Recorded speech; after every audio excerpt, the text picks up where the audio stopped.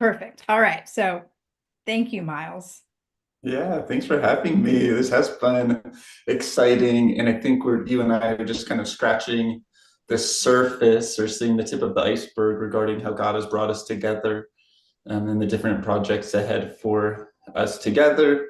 And so God bless the work you're doing. It's very important, Thank you. and I tell as many people as I can about the Death and Doula Resurrection program because there's literally nothing like it in the world. So You're right. God bless.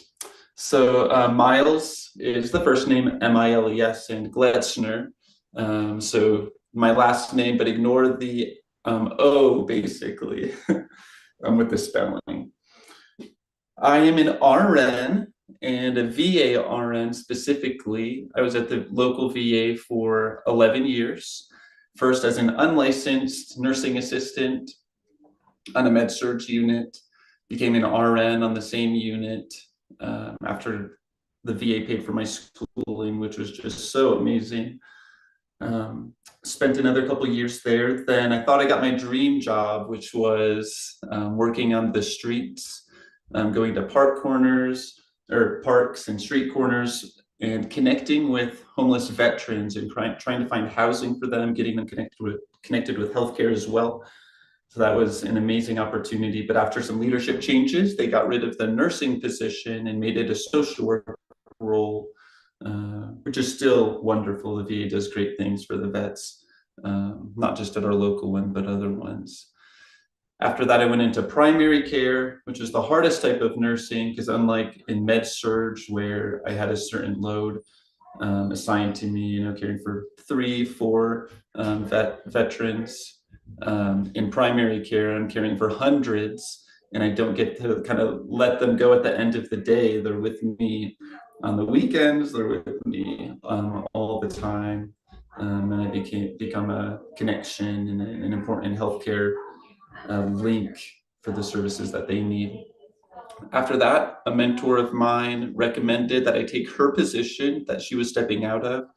That ended up being exactly what God needed to give me a kick in the pants to start the practice, the project that I'm doing now. It was a job in a basement, no natural light, and it was a desk job, hardly any real connections with people. It was all either telephone, but hardly even telephone, just email.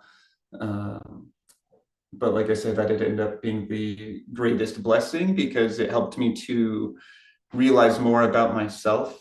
So I grew in self-knowledge and then began to look around for that next step. Um, and in that time frame, this dream and this idea for a home for the dying was stirred back up in my heart. And I started to take it more seriously and talked with some peers, my wife, and ended up discerning that the timing was right and moving forward. So on September 15th of 2024, I'm sorry, 2023, decided to start this thing. So, so here we are a few years later. Oh, I can't hear you, Laura. I'm sorry. I did There we mute. go.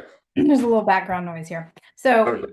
so did you just say, like, Google how to start a home for the dying? Or like, how did you just even get started? Because this is Yeah. a massive undertaking. And I know here we're coming up to a little over a year and a half. And so I know there were many, many steps. So how did you get started? I wish I could say Google had the answer and it was like that. And then again, it's nice that it's not so cookie cutter. And even of the homes that exist, each one has a different style. So what happened to me is I envisioned the home. I felt inspired by the Lord. That was about 3 years ago when I woke up in the night to just have the flow of these ideas and just couldn't sleep and just brainstormed and wrote it all down before I knew that something like it existed. Wow. So that's how it started for me. I guess that's a type of Google, but Yeah, yeah, the better than Lord Google. was, yes, Better.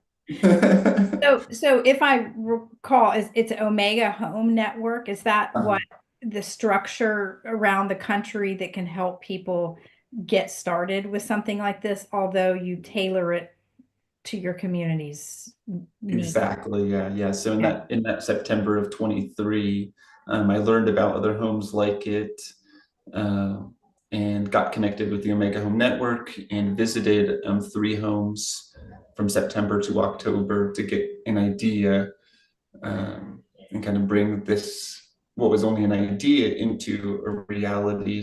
So having those concrete experiences were extremely helpful. And the Omega Home Network is extremely helpful. Mhm. They've got a number of resources online, including a book of how to start these homes, in the step by step, not just sporadic, but what to do at different points and how to grow and how to develop. So yeah, very, very great group of people. I was able to go to their conference a year ago, and get connected again with just some of the greatest people around.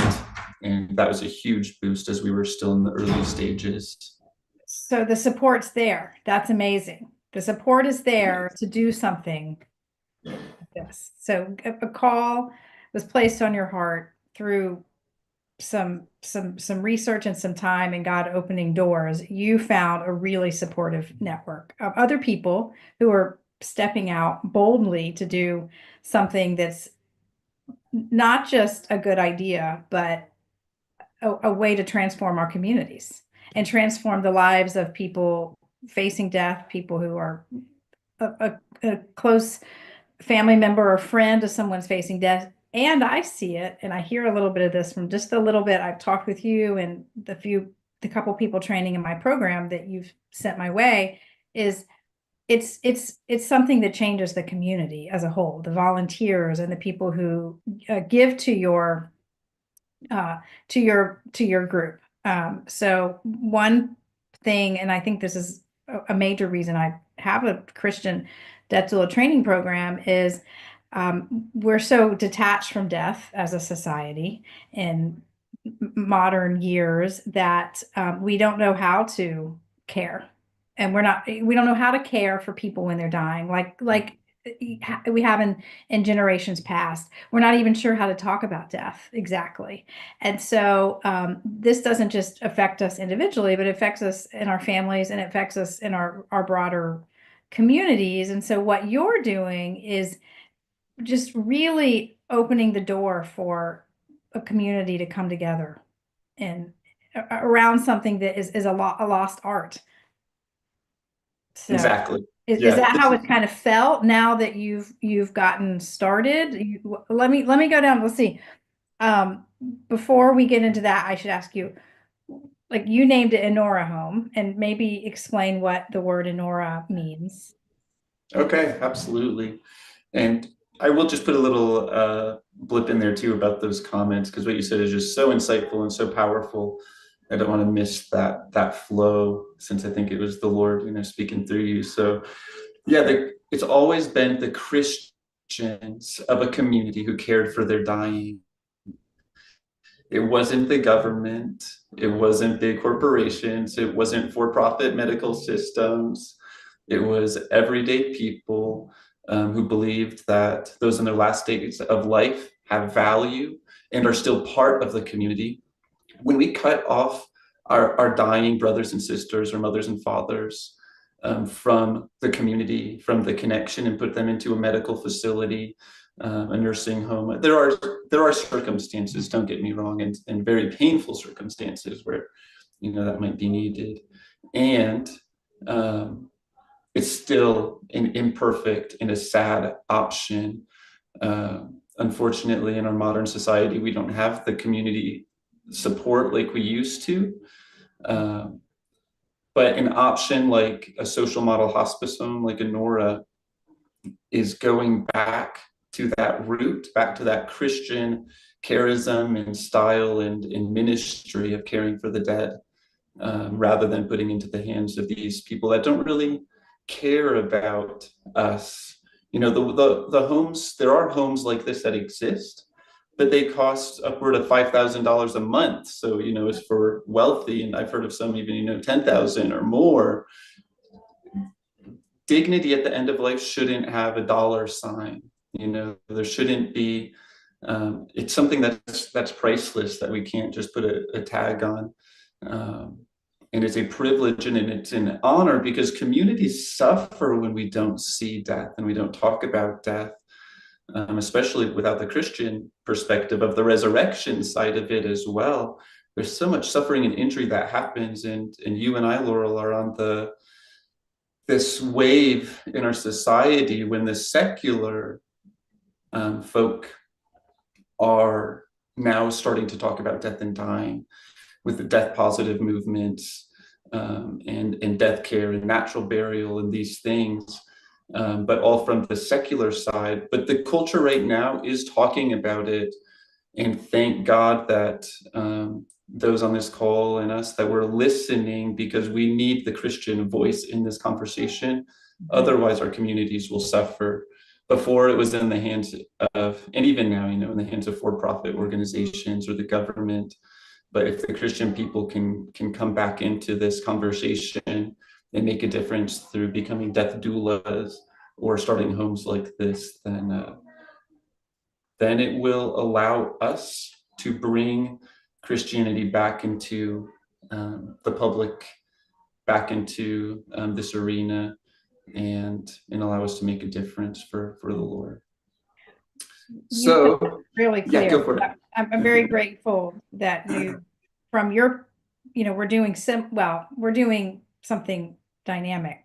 We're entering into the secular movement of bringing death back into our communities, bringing it back in conversation. But we're saying, wait, something not just missing, like the truth is missing. And so we have made huge efforts to probably, give away a lot of, what the easy way would be, and say, I'm going to keep my head down. I'm going to do this because the Lord's called me and I believe in it. And we are, the few out there, but every person who joins on to what we're doing or listens to this, they become a part of this movement. And so I'm very grateful to hear your confirmation and the clarity that you presented it with. So thank you.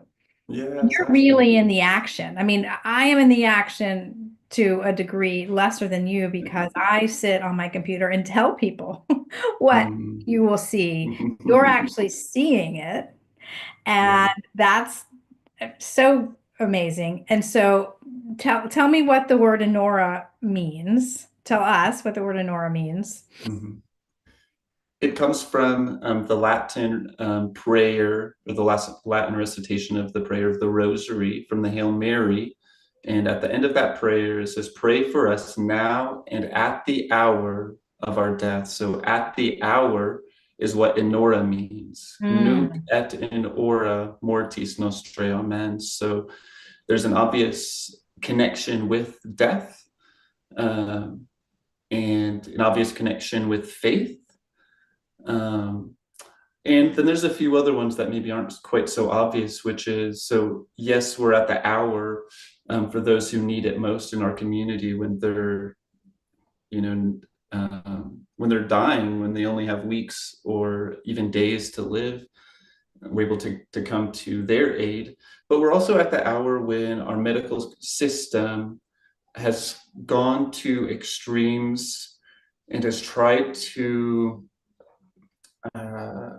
meet every need in the society, including at the end of life, but has failed to, and has made it dehumanizing. A hospital is no place for somebody to live the end of their days. So it's at the hour that we are realizing that we can't depend on the government to give us humanized care. It's at the hour when we can, as a community, come together and provide that care. And it's also at the hour when healthcare workers are being used and abused and thrown away. They're being sued by their hospitals, or I should say, if one of their patients or patients' family members sue, then now it's the nurses who can get hurt from those. And common medical errors. There are medical errors. It's a very complex system. But now it's individual people who become, I guess, victims of the system. And it's a scary thing for a lot of people now to even enter into the field. So we are at the hour providing a grassroots non-medical solution with the system. And sometimes there's a bridge with this system, like we are, because at these hospice homes, we are not a hospice. We are not a replacement for hospice. Every guest that we care for receives medical care through a hospice organization, which is a blessing. And that is a proper partnership, just like some of our loved ones have been cared for by hospice to the last days. What a gift and what a blessing. So we provide the home and the 24/7 caregiving. So that's a long way to explain what the name is, and it kind of gives a little bit of an insight into who we are too. Well, really profound. At the hour. I'm not, the way you explained it to me this time, I'm not going to be able to forget. So very, very clear.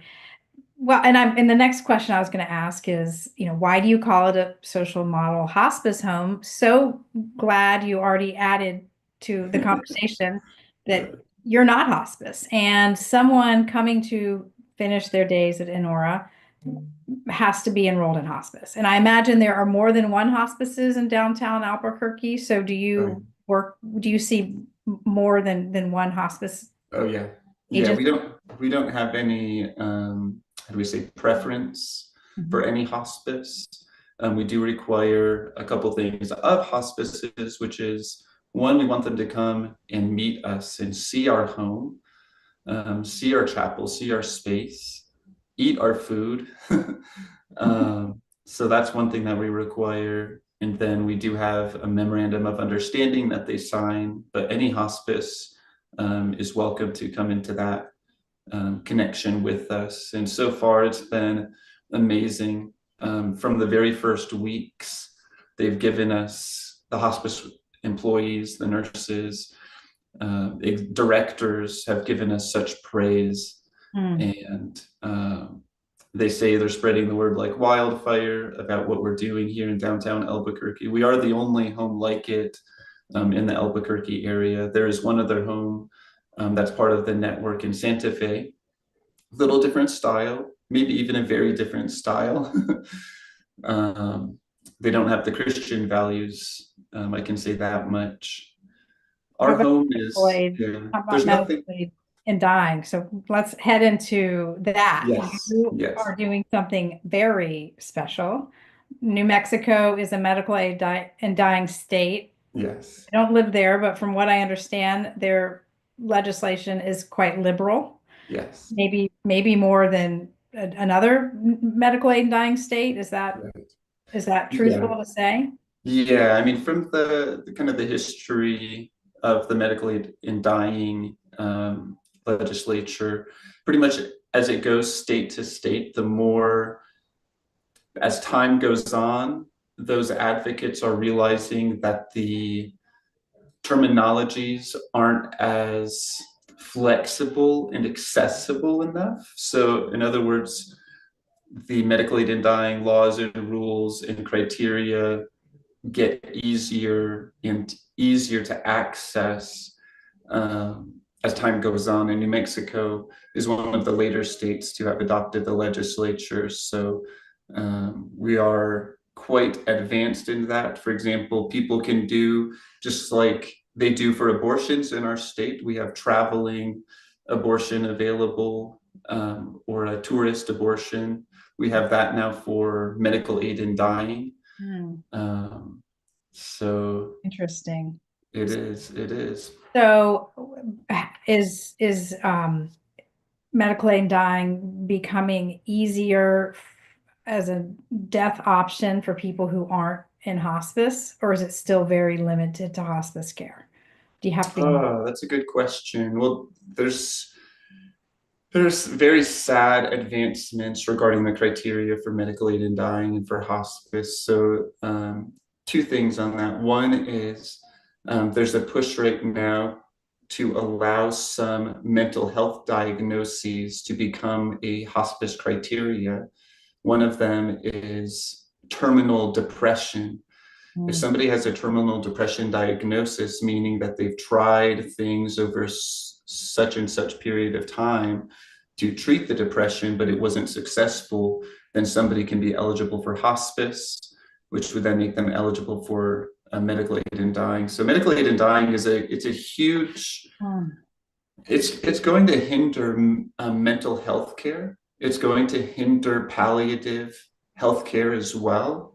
It's very concerning because in both of those areas, I'll focus on the mental health still. It's a lot easier to help somebody kill themselves than it is to help them find the right treatment in the right community, the right support, the right meaning.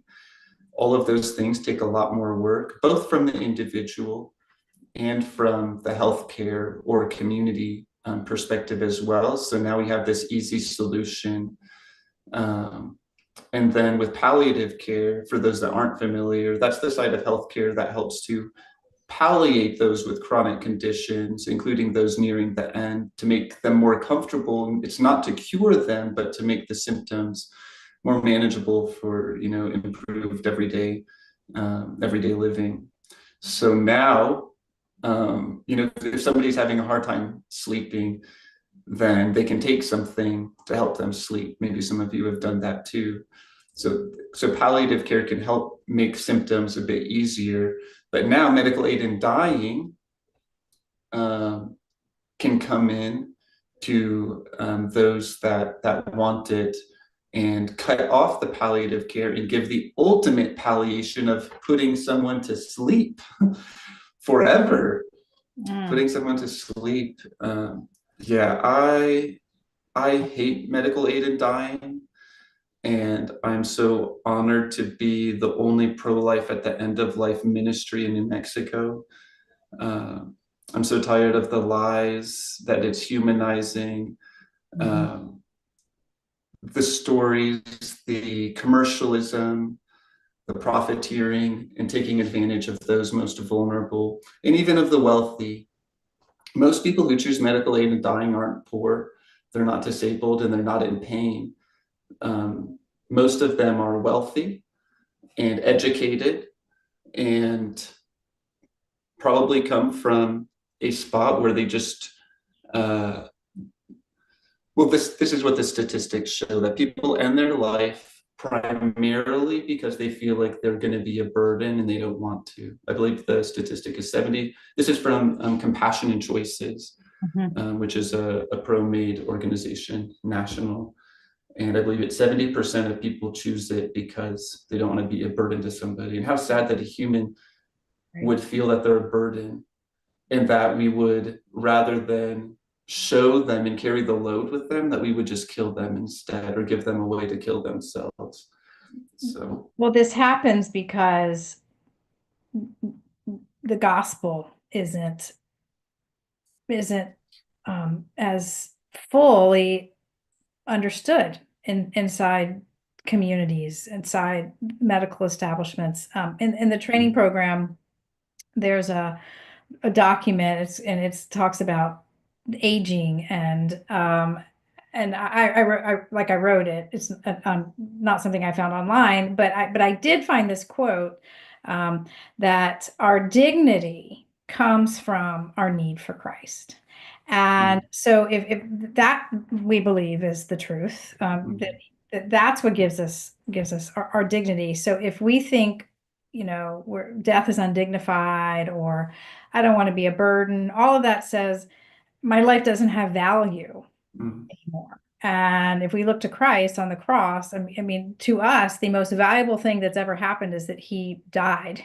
He stayed up on the cross for us. So death has entered in our world because of sin. It's not what God created, but God has turned death inside out to be something that brings salvation through Jesus Christ. His death does. And so our death now is different.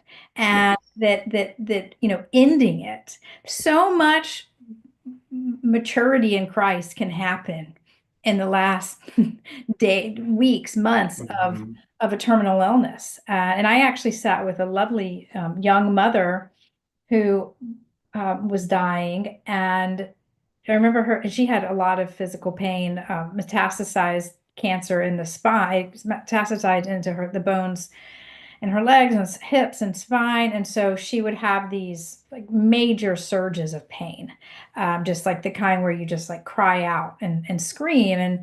And we were with her, and they would, it was like, it was very much like a labor pain, it'd be like a contraction, and then things would quiet down before the next one would come.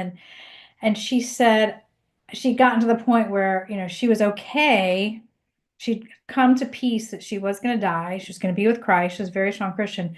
She just didn't want to experience those last couple days. And so we talked about, like what's the purpose behind that? And we may not ever fully understand it, but we can trust that the Lord has purpose for us, even in that. And so just cutting it off because medical aid and dying seems like the easy route it is a lie. And they've taken good words like freedom and said, no, freedom is not, a suffering end of life. Freedom is to not have to have your end of life experience. You can just do it when you want to. Or of course, freedom is not a suffering end of life. What I mean is freedom to them is not is having to spend those last days as that young mother. That's not freedom. Freedom instead is, well, I'm going to be in control of what I want to do. So our thinking, we need a renewed thinking around it. And what happens is they're slipping into the psyches of human beings that no, this is the good way. And it gets a little bit confusing unless there are people that say that's not the good way, and that's not how it was intended to be. And Right. and I wanted to say this earlier, but I didn't want to interrupt, so I'm going to go back. And I'm watching the time too, but I want to go back to we were talking about it's Christians. They are supposed to serve the dying. That's historically the charity of Christians has been a different charity than we've had in this world, and that's because of what Christ has done for us on the cross. And this is not by any means to enter into a political conversation, but I think no matter where people stand, we can see there was something wrong in COVID when churches you couldn't help your dying community members. I mean, it was the church charity went away. I mean, we could pray for each other offline, we could maybe Zoom, but we couldn't actually be around one another. We couldn't be together in church praying for one another. The community that is the community that has served the dying in years past. That was cut off, and it wasn't cut off because churches got the great idea. I think it was cut off because the government mandated it. And of course, now looking back, there are a lot of pastors who say we shouldn't have done that, but there. And we can definitely see, some churches have shuttered. A lot has happened, but it's almost a wake-up call to say we aren't where we have been as a body of Christ. If it's so easy to say, let's just let the hospital take care of it. We've just gotten so far away. It's just slipped. And this isn't meant to be a criticism other than a wake-up call that we do have a call in Christ, and it is to this humbling position of serving the dying and the I love sick. that. Yeah, I love that. And I would just add one other thing for us. I think most of us on the call are probably Christian, if not all of us, but it's very important that we can present our stance and our position without quoting from the Bible or without saying because God said it, that's enough, but more from the natural law perspective, because medical aid and dying from just a human perspective is wrong and unhelpful. And from a scientific perspective, it's going to put us steps back from the progress that we've made in those areas I mentioned of palliative care and mental health care, which is already, suffering and has leaps potential in its progress that still haven't been attained and now can be cut off because medical aid in dying. But yeah, at Inhora, we are a community center of all types of people. We have liberal Jews to polytheist to those. There's a social worker who's in the LGBTQ, pushing that. She's well known in Albuquerque, and everything in between.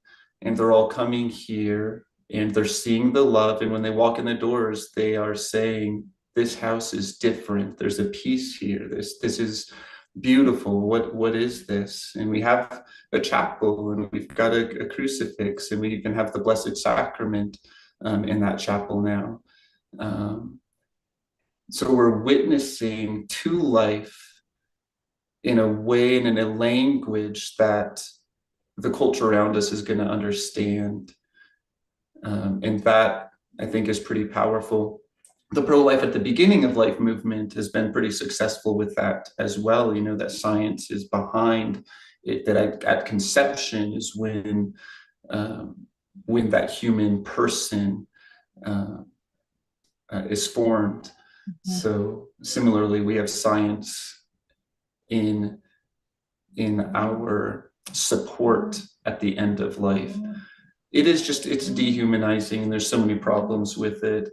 And like I said, it's amazing that we are having all of these conversations here. Education is a big part of what Inhora does, getting into the community, making videos, and putting our foot forward regarding our stances on these. And then, we've got the education side, and then we have the doing it side of things. So we're talking about it, and then we have the action of this home, which is providing amazing care by amazing people, all types of people, all at no cost, no strings attached. We're feeding them, we're bringing the Lord's hospitality to people, and then we're there when they take that last breath, and we're doing it with prayer and with love.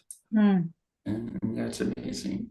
You've answered the rest of the questions that we went through, except how can people outside of New Mexico help? Where, like, you're raising money, and this has to be, all dependent upon the donations of people who are supportive of what you're doing. So how have you structured your fundraising efforts?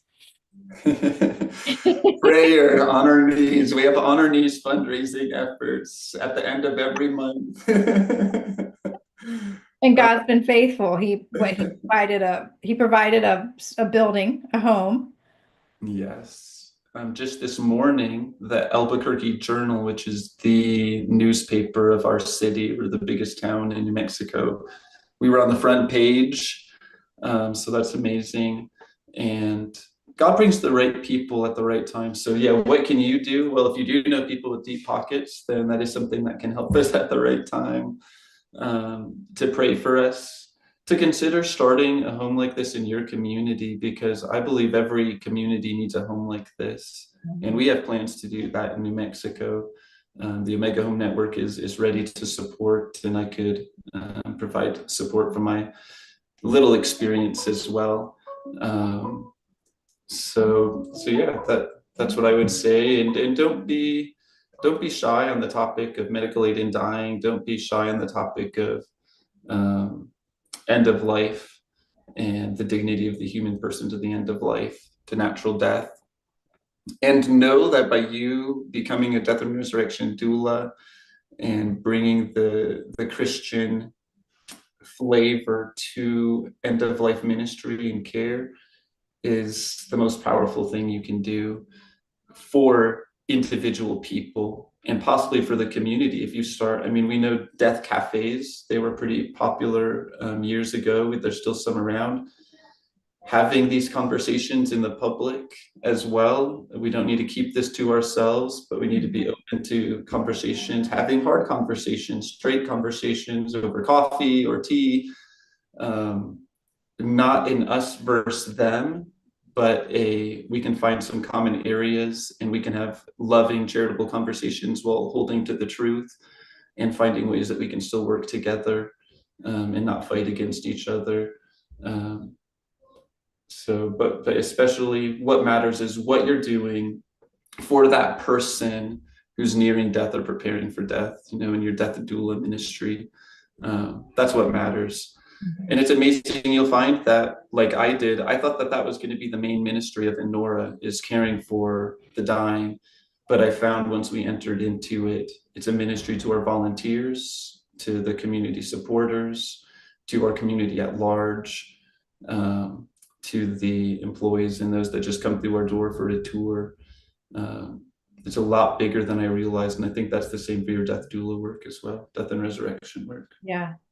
Well, it's interesting, and I'll wrap up with this part and we'll let other people come on and ask questions. But I mean, mental health, the reason we have, well, I'm not an expert. I want to say our mental health is connected to our relationship with God. That doesn't mean that we can be a strong Christian and not experience depression. I don't mean that, but our human condition is, because of sin, is, in opposition to God's will. It's in a disconnect from God, particularly before someone has a relationship with God in Christ. So to just simply say death as the answer to incurable depression or poor mental health is exactly the opposite of what could bring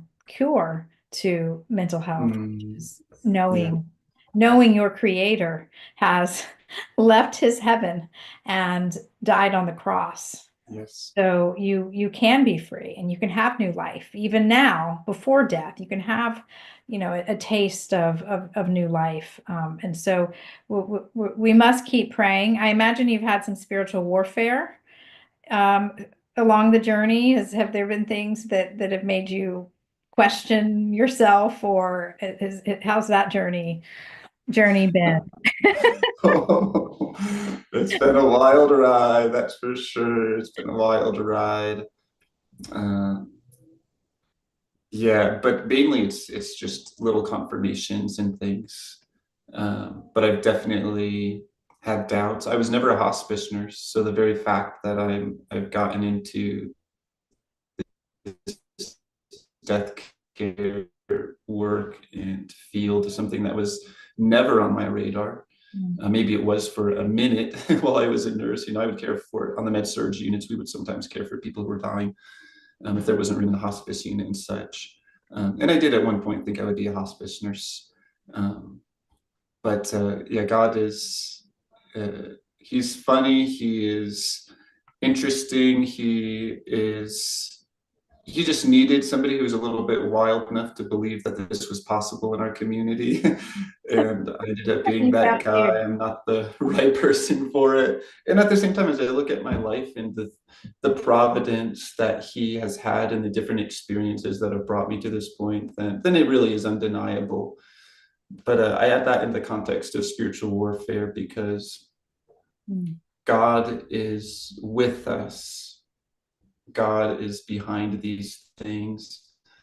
And I think it was Mother Teresa who said, God doesn't, or actually I know it was, and not in this exact quote, but God doesn't demand success. He just asks for faithfulness.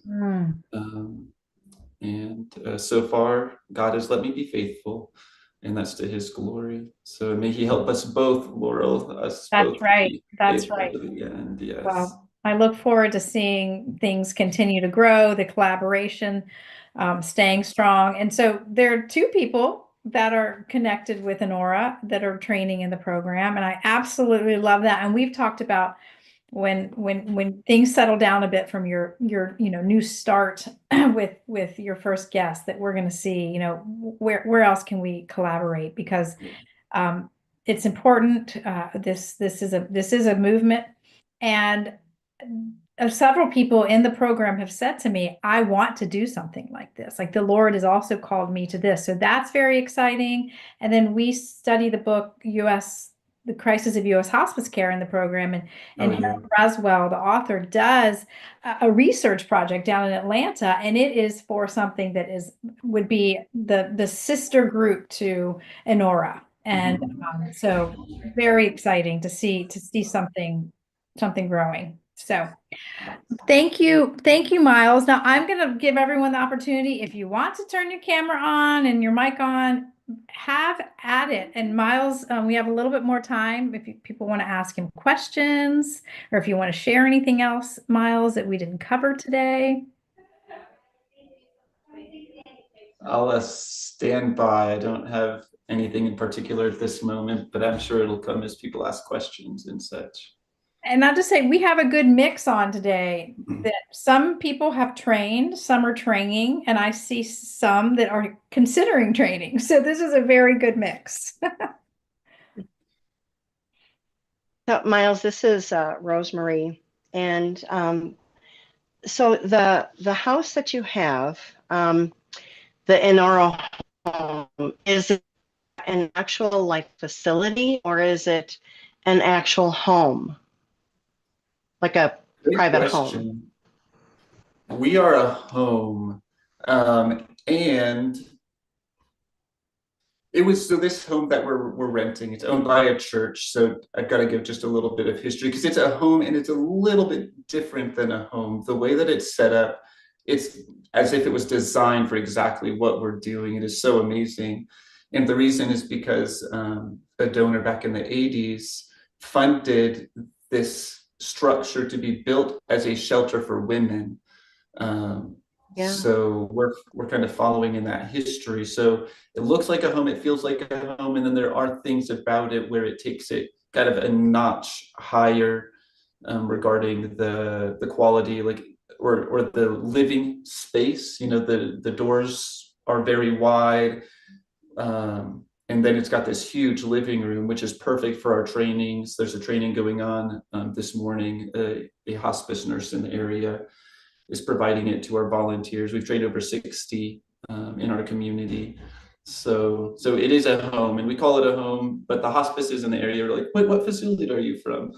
So, I mean, we're a facility in that sense too. Yeah. Okay. And the meals that you provide, is it like a common kitchen, or No. is it like little apartments, or? Yeah, God brought us an amazing person. He's the other staff on hand. Soon we're going to grow to 3, and we're hiring Rosa, which I'm just so amazed about. But our second staff, he's a chef, and he has tons of experience in that field. So we have a chef making meals for volunteers, for family members, for the dying if they're interested. For us, beauty is a key word and descriptor for what we do. We're bringing beauty and art, original art, and part of it is through food. So the food is presented beautifully, charitably. It's on trays. It's amazing. It's not like hospital food or facility food. It's handmade from scratch. And again, we feed whole families. We've had 22 meals served in an evening, and we don't charge a dime for it. So hospitality is huge for us. Yeah. How many people are you able to have at your facility at one time? We can care for 3 at a time. 3 at a time. Okay. Each have their own room, and they are spacious rooms, and each has a sleeper sofa. We have no restrictions on visiting hours. So we can have families stay here 24/7. One of our guests, God bless his soul, Gerald, he was our first. He came to our home on April 8th. He stayed with us until yesterday. We had a home funeral in our living room with prayers, flowers, a little little shrine thing that the family set up right in our living room. And so families here, his sister, we're still allowing to stay in our home because both of them are unhoused. So we couldn't imagine having the sister go to the streets. So she's going to stay with us a little bit longer. She's kind of watching the house and doing some of the cleaning and things as we work at a permanent solution. So that's probably more information, and I'm kind of getting lost, but hope that answers the question. No. This is helpful because I think, well, for me, I've been kind of kicking around the idea of exactly what you're doing. And so this is all, even though, God has put this on my mind and my heart for some time. I do in the healthcare field. I'm a respiratory therapist, and I run a pulmonary function lab. But there's a pull that I feel in kind of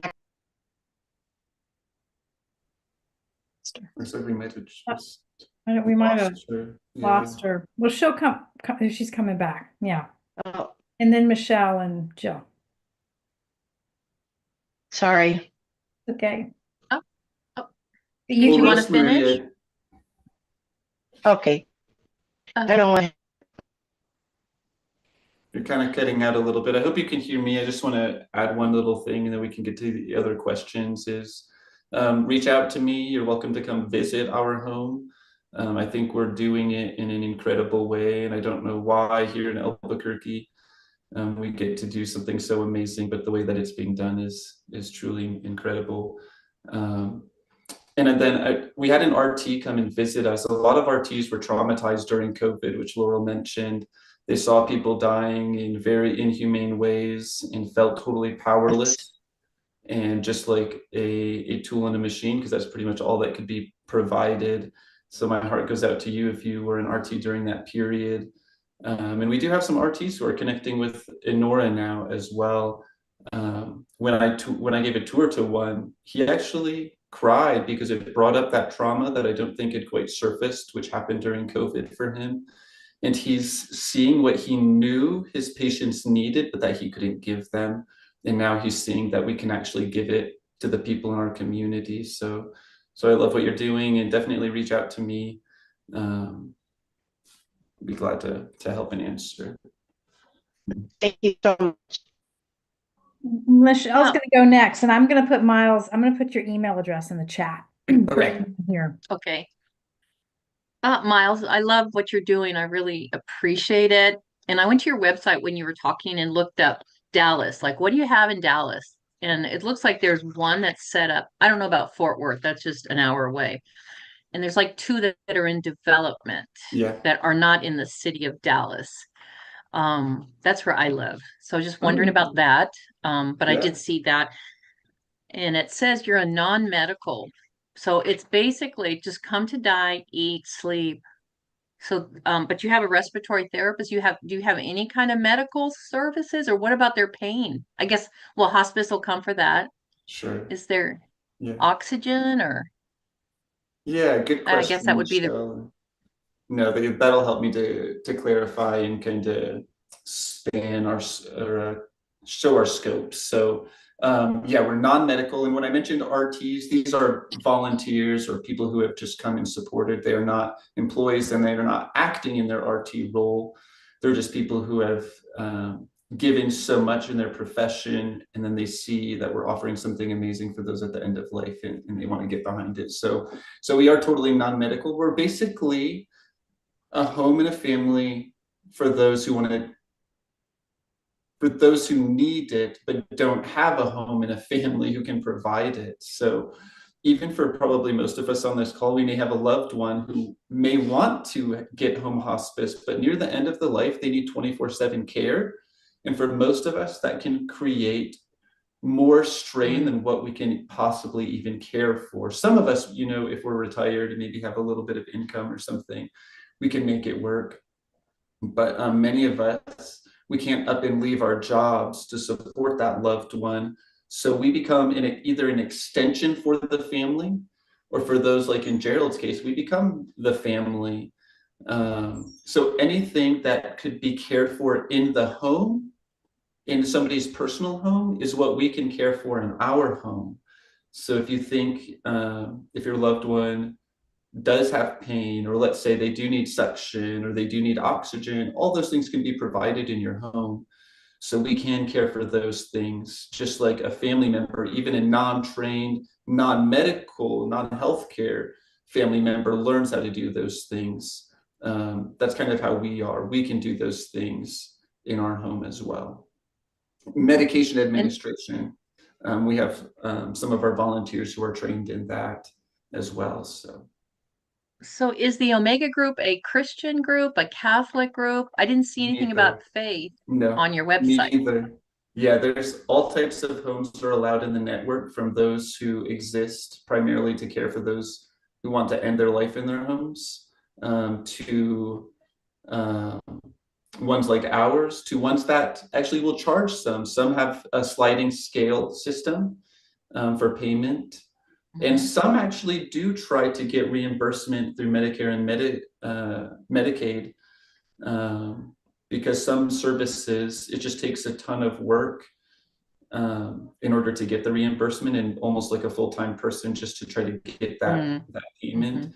So we're not going that avenue, and we never plan to. But does that? So you've chosen to be a Catholic home. Is that right? But anybody can come. But correct. Yeah, we've cared. One of the first people to die in our home was a person who was living a lesbian lifestyle. And we had somebody who had Native American beliefs who died in our home. And among our volunteers, it's also quite diverse too. So we have rules about honoring our pro-life values, and being respectful of our beliefs, and we don't do proselytizing here as well. So yeah. Thank you. I liked what you had to say. One last thing about, you don't want to use the Bible to talk to people about why medical aid in dying is wrong. And you said scientifically, physically, and socially it's wrong. Can you say more about those three? And maybe that's too much to ask, but science is, it's, just to make it quick, I don't want to take up more time, but yeah. There are stories out there, one by a well-known hospice nurse, Catherine Mannix, I believe in Great Britain. She wrote With Death in Mind, I believe is what it's called. She has a story in there where one of her patients was thinking of ending his life. He had ALS, very hard condition, and he was a very independent person. He planned to end his life, and he was going to go drive off a cliff. It didn't work because he lost the ability to use his feet. Then he was going to shoot himself. He lost the ability to use his hands right before he was able to follow through with that plan. Then he was going to ingest, medical aid in dying wasn't allowed, but he was going to ingest something to kill himself. And then he wasn't able to swallow. And when he talked with Catherine Mannix, not a Christian, and somebody who's in the death care and a hospice nurse in the secular, he said, I realize now that you were helping me to live. You were helping me. It's not that you were helping me to die, but you were helping me to live. And thank you so much, because these last days were the best days of my life. So medical aid in dying is robbing people of the best days of their life. And I hate the idea, and every human should hate the idea that we're taking that from people. But yeah, there's what was the name of the, what's the author's name again? Catherine Mannix, Mannix. Okay, that's what I was thinking. Yeah, that's good. Thank you. Yeah, I'm really glad you Michelle asked and you shared that. That just that is really, really amazing. yeah. Before we go to Jill, and we're about to wrap up, I want to just point out there are 3 people on this call that are a part of Inhora. And I don't know if they just want to wave or say hello, but it's not just Miles. We have Rosa, who's training in the program, and as I understand, an employee. Hello. Inhora. Lorraine is one of the first people I met when I met Miles. You guys showed up at the Fellowship Cafe.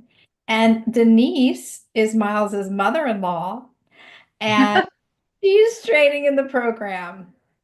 It's amazing, absolutely amazing. So thank you all, the 3 of you, for what you're doing. I thank Miles, but it changes my program. You're changing my program. I'm very, very excited about that. So I don't, if you want to say a word, please do.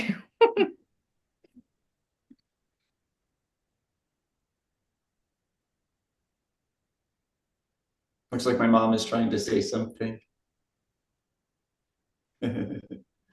Muted. I can ask her to unmute and see Okay, if there we There we go. go. I just either in Atul Gawande's book, which is Being Mortal, or Ira Byock, Dying Well, concerning medical aid in dying, he said there's no reason for anybody to endure their last days in pain. Mm-hmm. There are things that you can do to mitigate that pain. Is that true? Is that true? Because I've been telling people that, and I don't want to be telling tales out of school, but It's true. It's true. And that's where I am thankful for the medical side of death care that we now have available to us and partner with homes and with the community. And in Catholic teaching, we even allow, I can't think of the word all of a sudden, terminal sedation, I think is what it's called. Where palliative sedation. Thank you. Yeah. Is what Ira Byock calls it, and that is the book Dying Well by Dr. Byock. Yeah. So it's an extreme treatment of pain and suffering, and it's permissible within our Christian beliefs to provide it. So worst case scenario, we can provide that still within our Christian beliefs. That could not be something we would have in our home, unfortunately. God willing, we could grow to the point where we could have volunteers come and sit with somebody who might need that. I think that's a beautiful ministry too within the medical industry that people can offer, and I know death doulas can, wherever their client is living their last days. So yes, good question, Mom. Good question. For those considering training, that is part of what you'll read and study. So if you're like, how do they know all this? You're going to learn the training program for sure. Jill, you've been very patient. Let's wrap up with your question. Okay, and I didn't hear, are you actually part of the Omega Home affiliation or no? Yes, you are part of the affiliation. Do they have requirements on what kind of people need to staff the home? What kind of volunteers need to be there? How much do they require of structure? And if they don't require as much, how did you make those decisions as to what roles needed to be filled first? Yeah, they are very open in regarding the types and styles and structures to homes. There are some that are staffed fully by paid persons, including nurses. And then there's some homes that are entirely powered by only volunteers, except maybe the executive director who acts as scheduling and orchestrating things. So you have both extremes. And then there's ones that are a mix of paid and volunteer. And at this last conference I went to, they had a speaker, a director from each type of home available in a panel discussion, which was an amazing opportunity where I learned a lot and gleaned a lot. So our approach is volunteer powered, volunteer primary as the caregivers. and myself as paid. I definitely do a lot of the caregiving, and Rose, when she comes, she'll be wearing a few hats to what I am, but caregiving will definitely be a big part of that too, and training caregivers. So. Yeah, it's very inspiring what you do. I've been saying forever, we need to do a field trip and go to Inhora for a weekend and Yes. watch you guys do and come alongside. It's I just wondered how much direction they help give when you're starting, or do you have to have like all the vision, or do they supplement your vision with, okay, yeah, we can take that and help you. This is how other people have done it within our system. Yeah, it's more like that. They're great they actually have a forum where you can connect with other homes and ask questions, and then anybody can reply to it, and you'll see quite a diverse amount of answers and perspectives on it. You know, they use different software, different volunteer management things, different funding things. So it's not so structured where they tell you exactly what to do, but they give you the guidance, and they can connect you with other directors who are on the same wavelength and doing it the way that you envision it to be done. So that's a good thing about it too. And going to these conferences is amazing. Even if you're in the dreaming stage, I'd recommend it, going to one of their conferences. This next one is early June, I think, Rosa, and it's in Buffalo, New York. So if anybody's out in that area then, or going to be, it might be worth it to stop by. Yeah. Hey, Miles, will you clarify one thing with your home? It just came to mind. So a doula, non-medical, that can, so it still can not fill the gap that families need, because they would like help often with giving the medication. They want to take some respite time. Because you're a registered nurse, do you do that at Inhora, or how are you handling the medication administration at Inhora? Oh yeah, that's an interesting question. Too big of a question right now. No, a few thoughts. We've got around 10 death doulas associated with Inhora right now and are here on any given day. And I know that in their death doula role, they don't give medications. And in their caregiver role at our home, they are able to, and they do, some of them. So it's kind of an interesting line there. So anyone who has the training to give the medications can, and we have a stringent system in place to where there's accountability and the medications are all locked, because there are, controlled substances and things. So we've got surveillance as well in that area. So yes, I can, and yes, many of our caregivers can do that as well. Even your death doula. So that's interesting. So they have taken a training that New Mexico is probably something specific to New Mexico of giving it medication, and they. Well, and the death doulas, they're not getting paid for what they're doing. So when they're here, they're not, let's say, a death doula. They're here as a caregiver who is a death doula, just like me. I'm not here as an RN, even though I am one. I'm here as a caregiver, as the executive director. So they come into kind of a different role. I see. Which actually opens up more opportunities for them to do death care. For example, in New Mexico, a death doula cannot do any after death care in our state unless they're a funeral director.